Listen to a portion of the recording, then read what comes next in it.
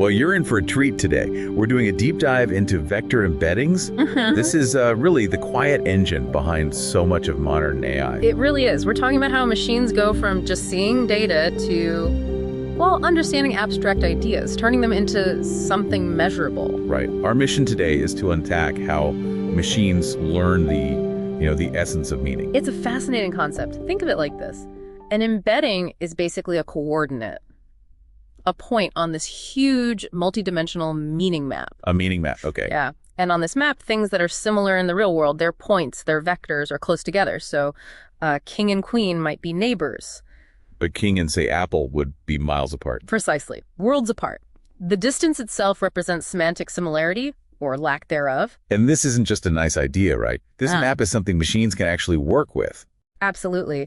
By turning concepts into these numerical vectors, machines can use tools like, linear algebra to perform calculations. It lets them process all that messy, unstructured stuff, text, images, even audio. So it's like giving them a mathematical language to understand our kind of fuzzy, complex world. You got it. And it's crucial because, well, the older methods just couldn't do this. Think about one-hot encoding. Ah, yeah, I remember that. Everything gets its own column, right? A 1 if it's present, 0 if not. Exactly. Super sparse. And it meant every single word or category was treated as completely independent. Cat was just as unrelated to dog as it was to car. Which is obviously not how language or the world works at all. It's like these isolated islands of meaning. Totally, no bridges. Then you had things like TF-IDF, bag of words. They tried to focus on word frequency. Okay, so slightly better, maybe, counting words. A bit, but still fundamentally flawed. They were stuck on keywords. So if you searched for feline companions, it wouldn't necessarily find stuff just talking about cats because the exact words didn't match. Right. It missed the concept.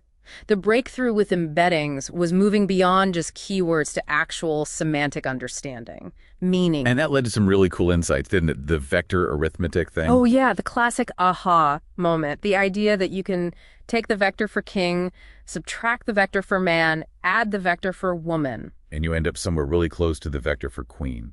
Exactly. That's incredible. It shows the model isn't just memorizing, it's learning these abstract relationships like gender or capital cities as actual directions in this meaning space. That's the core idea, is learning the structure of meaning. So once we had that, the next step was, naturally, how do we make these embeddings even better? Which brings us to their evolution. From static to contextual. But there's always a trade-off. Let me guess. Computing power. You nailed it. Static embeddings are faster, less demanding. These contextual models, they need serious resources. They're slower, more expensive to run, but the accuracy and nuance you get are significantly better. Makes sense. You pay for the sophistication, and this sophistication powers a lot of things we use daily, right? Absolutely. This is where you see the real-world impact. Semantic search is a huge one, instead of just matching keywords. It understands what you mean. So if I search for running shoes for flat feet, it won't just show you any random sneakers. It understands the concept of flat feet and arch support and suggests motion control shoes. It gets the intent behind the words. Okay, that's clever. And recommendations too, like on streaming sites or shopping. Yep. They map your preferences and items into the same vector space. Things you might like are simply closer to you on that meaning map. And it's not just text anymore, is it? I've heard about multimodal stuff. Right. Embeddings work for images, audio, even combining them. Models like CLIP can understand that the phrase, a picture of a cat, should be semantically close to an actual image of a cat in that vector space. It's bridging different types of data. Wow. Okay, so they're incredibly powerful. But are there downsides? Challenges? Definitely. We mentioned the computational cost. That's a big practical hurdle. Training and deploying these state-of-the-art models is expensive. And what about bias? I've heard that AI models can pick up societal biases from the data they're trained on. That's a critical issue. Embeddings learn from vast amounts of human text and data.